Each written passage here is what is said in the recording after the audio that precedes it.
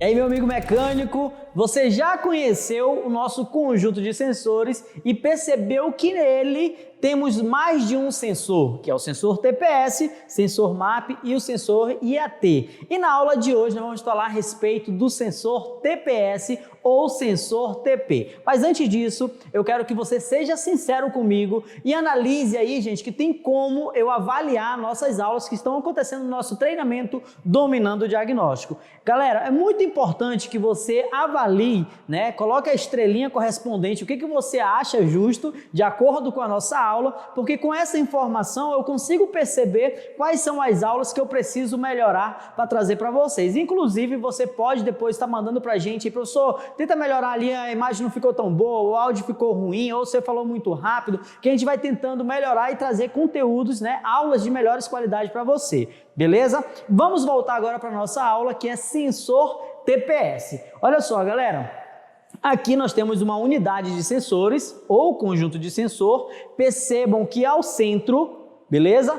Ao centro nós temos quem? O nosso sensor TPS, tá? Professor, o que é um sensor TPS? O sensor TPS, ele é um sensor que informa o módulo a posição da válvula de aceleração. Professor Jackson, o que é a válvula de aceleração? Olha só, a válvula de aceleração, beleza? Ela fica controlando a abertura do venturi, todo aberto, todo fechado, todo aberto, todo fechado, beleza, gente? Então, essa válvula de deaceleração também é conhecida como borboleta, beleza? Olha só, isso aí todo mundo, né? Se você pesquisar, todo mundo está falando. Agora, você precisa entender por que o módulo precisa dessa informação. Por que o módulo precisa saber qual é o ângulo de abertura da válvula de aceleração? Sabe por quê, gente? Vamos lá. A injeção eletrônica, ela tem a função de buscar a nossa queima perfeita. Se tratando do sistema de alimentação, é justamente a nossa proporção de oxigênio e combustível, beleza? Quando nós trazemos especificamente para o sensor TPS, o sensor TPS informa a abertura do venturi, tá? Do TBI, ou seja, quanto mais aberto estiver o venturi, quanto mais acelerada tiver a motocicleta, mais oxigênio é introduzido dentro do nosso motor da motocicleta. Então, o que acontece? Em outras palavras, o TPS informa o módulo o volume de oxigênio que está sendo introduzido dentro do motor da motocicleta. Beleza, gente? Então vamos lá. Professor, onde é localizado o sensor TPS? Então nós temos aqui o corpo injetor, beleza? Também conhecido como TBI, o nosso conjunto de sensores, ou motocicletas que não tenha conjunto de sensores, seja o TPS sozinho. Por exemplo, a Start, nós temos o TPS sozinho, beleza? Independente se ele é junto no conjunto de sensores ou somente em um componente, ele vai estar localizado no nosso corpo injetor. Onde está o nosso corpo injetor? Aqui na motocicleta nós temos o motor da motocicleta e nós temos aqui, ó, a nossa caixa do filtro de ar, ó, o duto de ar, que é o nosso coletor do ar de admissão, né, do filtro, e aí então o nosso TBI. Beleza? Aqui, ó, tem um TBI sozinho. O nosso TBI fica entre o motor e a nossa entrada de oxigênio, beleza? A função do TPS, então, é o quê? Informar o volume de oxigênio que está sendo introduzido dentro do motor. Beleza? Se você já entendeu isso, como é que ele informa, então? Como é que o TPS vai informar para o módulo? Fala, ei, módulo, está entrando muito oxigênio. Como ele vai fazer isso? Informando o ângulo da borboleta. Quanto mais aberto estiver o venturi do TBI, mais oxigênio, quanto fechado, menos oxigênio, beleza? Agora, trazendo para a prática, como eu vou diagnosticar isso, galera, eu preciso entender como seria essa comunicação, porque da forma que eu estou explicando a vocês aqui, falando, ele vai falar, ei, módulo, a borboleta está aberta. Ele não fala assim. Falei, módulo, a borboleta está fechada. Não é dessa forma, gente. A comunicação dele é justamente numa variação de tensão. E como acontece a variação de tensão? Analisa comigo.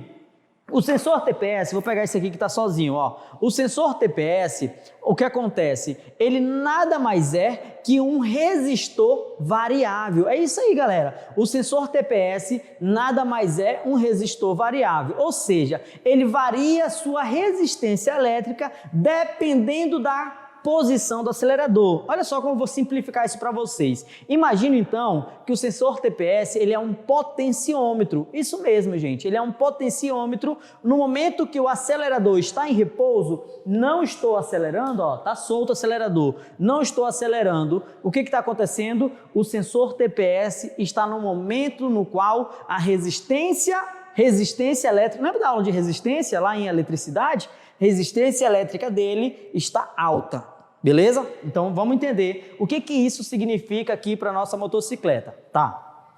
Na motocicleta nós temos um módulo, o gerenciador eletrônico. Ele manda uma voltagem para o sensor. Pô, ele mandou aqui, ó, para o sensor.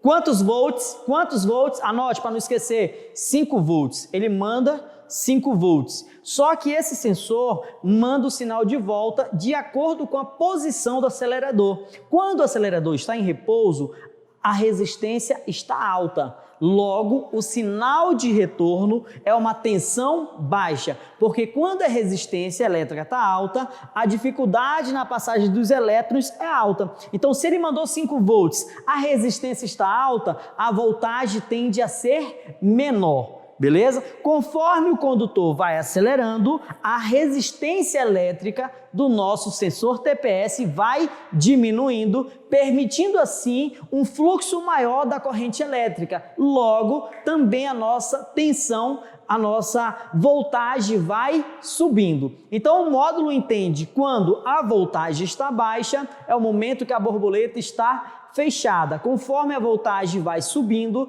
então isso quer dizer que a borboleta está se abrindo, beleza? Porém, para o nosso sensor, galera, olha só. Vou mostrar primeiro para vocês aqui o nosso conjunto de sensores, beleza? O nosso conjunto de sensores, beleza? E nós temos também aqui o nosso componente sozinho, ó. TPS, somente ele. Isso não quer dizer que lá no nosso conjunto de sensores o TPS também não esteja, ele está também. Mas independente, se ele estiver tanto no conjunto quanto sozinho, para ele entrar em funcionamento, ou seja, para ele funcionar de uma forma perfeita, ele precisa de 3 fios, beleza? 3 fios. Que é um fio positivo, ou seja, para um componente, ele é um componente eletrônico, para ele funcionar, ele precisa de uma voltagem de 5 volts, beleza? Positivo. E ele precisa também do nosso negativo. Então já foi 2 fios, ó, o positivo, o negativo e o fio de comunicação, é o que ele vai falar para o módulo, que é o fio de sinal que nós utilizamos muito para o nosso diagnóstico, beleza? Ou seja, para o TPS funcionar, são 3 fios. Se você observar aqui no nosso conjunto de sensores, ele tem aqui, ó, 5 pinos. Porém, 3, né, é com relação ao nosso sensor TPS, que é um fio de sinal que vem do sensor para o módulo. É importante que você entenda o sentido também, porque lá no teste fica muito mais fácil quando eu sei o sentido, se ele está vindo ou se ele está indo esse sinal. Então, um sinal, você já entende, que vem do sensor para o módulo, que é o fio de sinal, beleza? E o módulo envia 2 sinais, que é o positivo, 5 volts, vem do módulo para o sensor, beleza? E ele manda também, tá, do módulo o negativo, ou seja, sai do módulo para o sensor o negativo, beleza? Então, ou seja, para o sensor funcionar, ele precisa do positivo, do negativo e o fio de sinal, que é o fio de comunicação. E nós vamos aprender quando a gente chegar na parte de teste, como eu testar o sensor e vamos principalmente saber diagnosticar o que ele vai interferir no funcionamento da motocicleta. Espero que vocês tenham entendido. Se ficou alguma dúvida, coloque no comentário. E quando a gente chegar na parte prática de teste desse componente e de diagnóstico, a gente vai falar também a respeito da estratégia. Quando perde a comunicação com esse sensor, a moto para de funcionar, quais são os sintomas que ele vai trazer para a motocicleta? Beleza, gente? Aguardo você na nossa próxima aula.